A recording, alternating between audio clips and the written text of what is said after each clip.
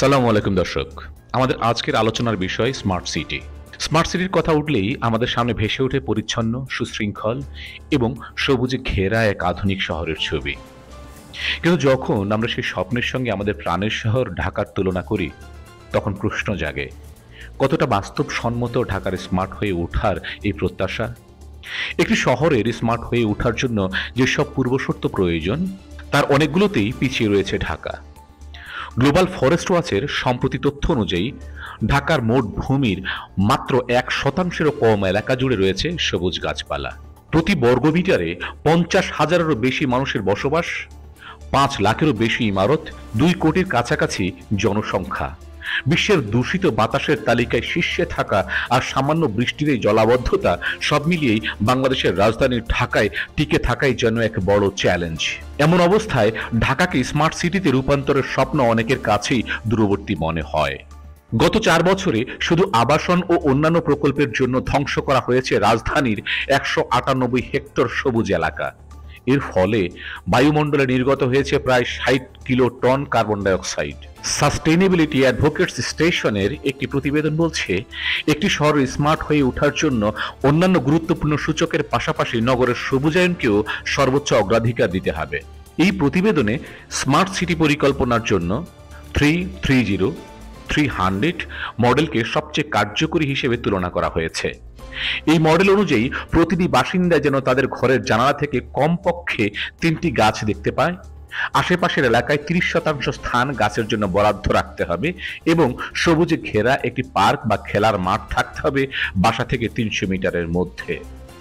যেখানে বিশ্বের স্মার্ট সিটিগুলো 30% সবুজায়নের লক্ষ্য নিয়ে কাজ করছে, সেখানে ঢাকার বনভূমির পরিমাণ মাত্র 1%। বিশেষজ্ঞরা বলছেন, এই চিত্র এখানকার বাসিন্দাদের অস্তিত্বের জন্যই হুমকি। শুরু থেকেই ঢাকার নগরায়ন অপরিকল্পিত, কোনো ধরনের পরিকল্পনা ছাড়াই ভবন নির্মাণ করা হয়েছে।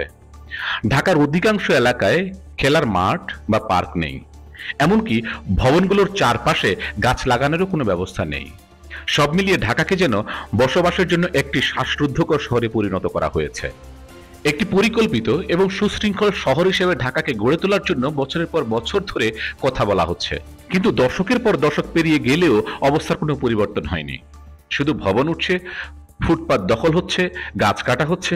অধিকাংশ এলাকারই কোনো আবাসিক এলাকার বৈশিষ্ট্য নেই, আর বাণিজ্যিক এলাকাগুলো গড়ে উঠছে কোনো নিয়ম নীতি না মেনেই। ঢাকার জানলা দিয়ে তাকালে এখন কনক্রিটের টাওয়ার দেখা যায়, গাছ নয়। সরেজমিনে ঢাকার কয়েকটি সবুজ এলাকা ঘুরে দেখা যায় বিভিন্ন প্রকল্পের নামে শত শত গাছ কেটে ফেলা হয়েছে। পার্ক ও বাগানগুলো পরিষ্কার করা হচ্ছে। একসময় গাছগাছালিতে ভরা কারওয়ান বাজারের পান্থকুঞ্জ, ফার্মগেটের শহীদ আনোয়ার পার্ক এবং শাহবাগের সোহরাওয়ার্দী উদ্যান, এসব জায়গা থেকে সম্প্রতি বছরগুলোতে উল্লেখযোগ্য সংখ্যক গাছ কাটা হয়েছে। কোনো কোনো ক্ষেত্রে বড় গাছগুলো সম্পূর্ণরূপে সরিয়ে ফেলা হয়েছে, যা ঢাকাকে আরো বেশি পরিবেশগত ঝুঁকির দিকে ঠেলে দিচ্ছে। শুধু একটি পদক্ষেপে ঢাকাকে বাঁচানো সম্ভব নয়। এই শহর চরম সমন্বয়হীনতার ফসল। রাজুক এবং পরিবেশ মন্ত্রণালয়ের মধ্যে কোনো সমন্বয় নেই। ওয়াসা আর সিটি কর্পোরেশনগুলো নিজেদের মধ্যে আলোচনা করে না। ভবন উঠতেই থাকে, গাছ কাটা হয়, কিন্তু পরিবেশ মন্ত্রণালয় কোনো উদ্বেগ দেখায় না। আমরা আশা করেছিলাম পরিবেশ বিষয়ক উপদেষ্টা, যিনি একসময় পরিবেশ আন্দোলনের সঙ্গে যুক্ত ছিলেন, তিনি ঢাকার পরিবেশ রক্ষার জন্য পদক্ষেপ নেবেন, কিন্তু তিনি তার পূর্বসূরীদের মতোই নীরব। পরিবেশ একটি সংবেদনশীল বিষয়, আর কিছু প্রভাবশালী গোষ্ঠী এর ধ্বংস থেকে লাভবান হচ্ছে। তাদের কবলে পড়ে ঢাকা বসবাসের অযোগ্য হয়ে উঠছে। বায়ু দূষণ বাদ দিলেও এই শহরকে কোনোভাবেই বসবাসযোগ্য বলা যায় না। ঢাকার জনসংখ্যা প্রতিদিন বাড়ছে এবং আবাসন ডেভেলপাররা তাদের চাহিদা পূরণের জন্য কাজ করছেন। ঢাকার বাইরেও জনসংখ্যা বৃদ্ধি পাচ্ছে এবং আমরা সেই অনুযায়ী আবাসন সম্প্রসারণ করছি। যারা আবাসন প্রকল্পের বিরোধিতা করেন, তাদের জিজ্ঞাসা করা উচিত তারা কিভাবে এই বিশাল জনসংখ্যা থাকার ব্যবস্থা করবেন। তাহলে ঢাকাকে স্মার্ট সিটি করার এই প্রত্যাশা কি কেবল একটি স্বপ্ন, নাকি সুপরিকল্পিত উদ্যোগ, ঠিক সমন্বয় এবং রাজনৈতিক সদিচ্ছা থাকলে এই স্বপ্ন বাস্তব হতে পারে? এই প্রশ্নগুলোর উত্তর খুঁজে বের করা আমাদের সবার জন্য জরুরি। আজকের মতো এখানে শেষ করছি। ধন্যবাদ সবাইকে। Subscribe now for daily news and updates.